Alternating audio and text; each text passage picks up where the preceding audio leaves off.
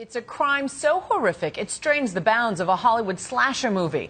But the person behind this gruesome act isn't a masked madman. Her name is Jodi Arias. And after 4 months on trial tonight, her fate now lies in the hands of a jury.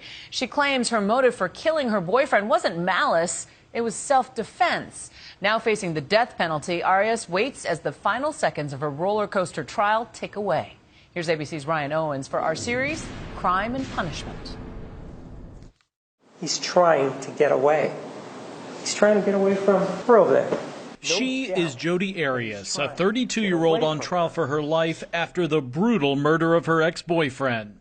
She admits she did it, but for the last 4 months has tried to convince an Arizona jury she killed in self-defense. Today, Prosecutor Juan Martinez, known for his courtroom theatrics, presented his fiery closing arguments. And even after stabbing him over again, and even after slashing his throat from ear to ear, and then even after taking a gun and shooting him in the face, she will not let him rest in peace. Martinez repeatedly called the admitted killer a liar. Absolutely, without a shadow of doubt, she's a liar.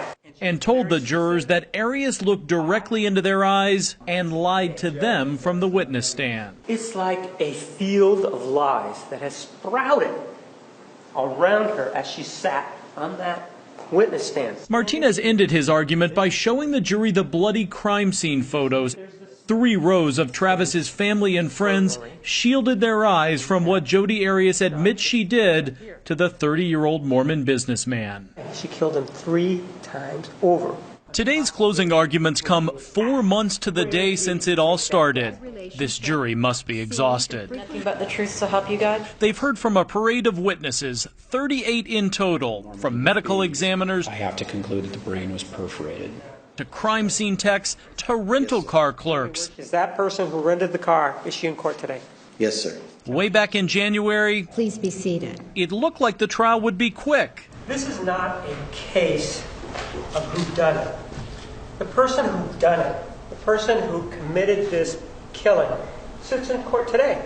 The veteran prosecutor whipping through his case in a matter of weeks, first taking the jury through a gruesome crime scene.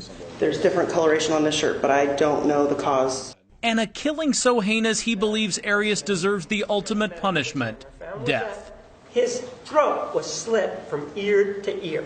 Then graphic photos of a different kind. Nude snapshots of Jodi and Travis taken just hours before the killing on June 4th, 2008. And these photos inadvertently snapped during the killing itself. Just as stunning as the brutal crime, Arias' actions after she left Travis's house, spending the day with a new romantic interest, cuddling and kissing. Every time we started kissing, it got a little more escalated. There were ex-boyfriends and ex-girlfriends, too, used to create dueling portraits of Jodi and Travis. Sex was on his mind from the very beginning. Yes. Did he treat you with dignity and respect throughout this whole thing? Yes. Tell us about who Jodi was at that point in time. Jodi was a very irresponsible, caring, loving person. He told me that at that point that he had a stalker and that she had actually followed us on a date. But the most anticipated testimony of all, the defendant herself. The simple answer is that he attacked me, and I defended myself. Her story of self-defense was her third version, and she took 18 days on the stand to tell it. He body slammed me again on the tile. A story vivid in detail. We were in the Red House, which is right on Highway 1. Sexually explicit at times. There have been a few times where I've been bold enough to just pull you onto the bed and start. Violent at others. And he kicked me in the ribs. But when it came down to the moment she drove a knife into Travis Alexander nearly 30 times and slit his throat, what do you remember? Almost nothing for a long time. The jury also heard Jodi's other 2 stories on these police interrogation tapes played in court. First, she denied being at Travis's Mesa, Arizona home. If Travis were here today, he would tell you that it wasn't me. When confronted with all of those pictures and a mountain of forensic evidence, that is not my foot. Jodi concocted a new tale.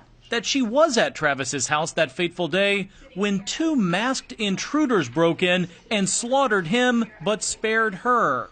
She even acted out the dramatic scene for the detective. And I was just going through the pictures and I heard this loud ring. The detective didn't buy it, and Jodi was arrested for murder, at which point she flashed this smile in her mugshot. Since being locked up, the 32-year-old has made quite a name for herself, winning jailhouse singing competitions and granting national television interviews, like this one with the show Inside Edition, where she made this bold prediction. No jury is going to convict me. Why not? Because I'm innocent, and you can mark my words on that one. No jury will convict me.